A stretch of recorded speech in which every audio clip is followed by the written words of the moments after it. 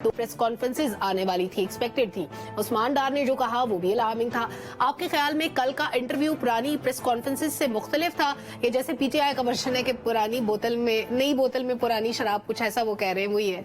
देखें, एक लफ्ज़ का बहुत ज़्यादा इस्तेमाल हो रहा है जब कासम के अब्बा की बात आती है ना, वो ज़िद, हट दर्मी, बेसब्री, अना परस्ती, तो ये बड़े जुमले बोले जाते हैं। मुझे याद आ रहा है, आप देखते हैं कि माजी में जो पानीपत के 3 बड़े मार्के हुए ना, 1556 का जो दूसरा मार्का था ना, बड़ा मशहूर था, जिसमें कहा जाता है कि उस वक्त दोनों जो मुल्कों अपने इलाकों के वो थे बादशाह, उन्होंने शिरकत नहीं की थी।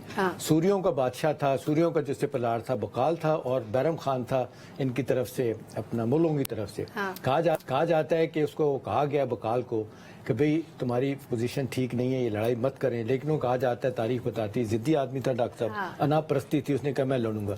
इवेंचुअली बहुत बुरी मौत हुई, उसकी आंख में तीर लगा, उसके बाद भागम भाग चले गए। फिर बैरम खान उसका ले गया, उसको उठा के बादशाह के पास, और उसका गला काटा उसका। तो देखें, उस तक भी तारीख लिखती है कि जिद, अना जो है ना, वो बैरम खान बकाल को ले डूबी थी। अब देखें क्या क्या नहीं हुआ पाकिस्तान में। कासम के अब्बा को कहा गया कि साइफर केस से मना हो जाएं, इसके मत खेलें, ये आपके लिए नुकसानदेह होगा। वो कहते हैं मैं खेलूंगा। असम्बलियां तोड़ दी जब आपको कहा गया कि जी एक जेन्युइन आपके खिलाफ वोट ऑफ नो कॉन्फिडेंस हो गया, चुप करके बैठ जाएं, नहीं बैठे आराम से। उसके बाद असम्बलियां तोड़ दी, फिर आप लोगों ने कहा मत करें, फिर बात नहीं आया। फिर 2022 में आप देखते हैं जिस तरीके से आर्मी चीफ की तैनाती को रोकने की कोशिश की, फिर नहीं रुके। मतलब ये सिलसिला चलता चला गया। और आज मुझे जो बातें मैंने सुनी है उस्मान डार की, तो मुझे बिल्कुल वही बकाल वाला जो सूरियों का बादशाह वो था, सिपह सलार, वो याद आ रहा है कि अपने आप को मारने में, मरवाने में जितना इनका अपना हाथ है शायद किसी का नहीं। लेकिन फिर आखिर में आपने यहाँ तक ये कर दिया अनवर रजा के जी वो जमान पाक घेर के बैठ गए, आप रेड लाइन डिक्लेयर कर दी अपनी गिरफ्तारी को।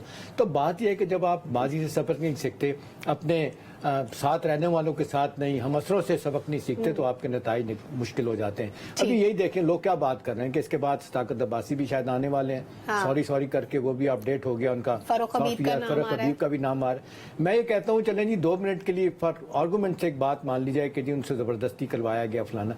कोई बात है कि जो बंदा आके ये कहता है कि जी ये जो गलतियां थी, मतलब बड़ा वाज़ेह तौर पे डॉक्टर साहब अगर वो कहते हैं कि जी हमारे कारकुनों की ज़ेन साजी की गई कि आपने रियासत पे हमला आवर होना अनवर रजा, और ये कहा गया कि नहीं आपने आर्मी की तंसीबात को नुकसान पहुंचाना ही पहुंचाना, और ये कहते हैं कि ये हाई हमारी लीडरशिप की तरफ से, इमरान खान साहब की तरफ से ऑर्डर हुए थे। अब देखें बार बार बात आती है कि यही जरदारी साहब के साथ क्या कुछ हुआ। कभी अपने लोगों को कहा जाओ कंटोनमेंट में, नवाज शरीफ साहब को 3 दफा निकाला गया, कभी उन्होंने और नून लीग की टॉप टियर लीडरशिप हमेशा गिरफ्तारियां देती रही है। अच्छा, मेरे लिए जो सबसे ज्यादा आर्गूमेंट मैं कहूंगा अनवर रजा जो बड़ा स्ट्रांग है ना, वो जितने एनालिस्ट हिंदुस्तान में बैठे हैं, जो पाकिस्तान के डॉक्टर साहब वेरी दुश्मन है, गौरव आर्या, वो भी ये बात कहते हैं। उन्होंने कहा यार देखो ये काम तो पाकिस्तान में किसी ने किया, हम भी इख्तलाफ करते हैं, हमारी भी, वो कहते हैं जो हम नहीं कर सके वो इन्होंने कर दिया। तो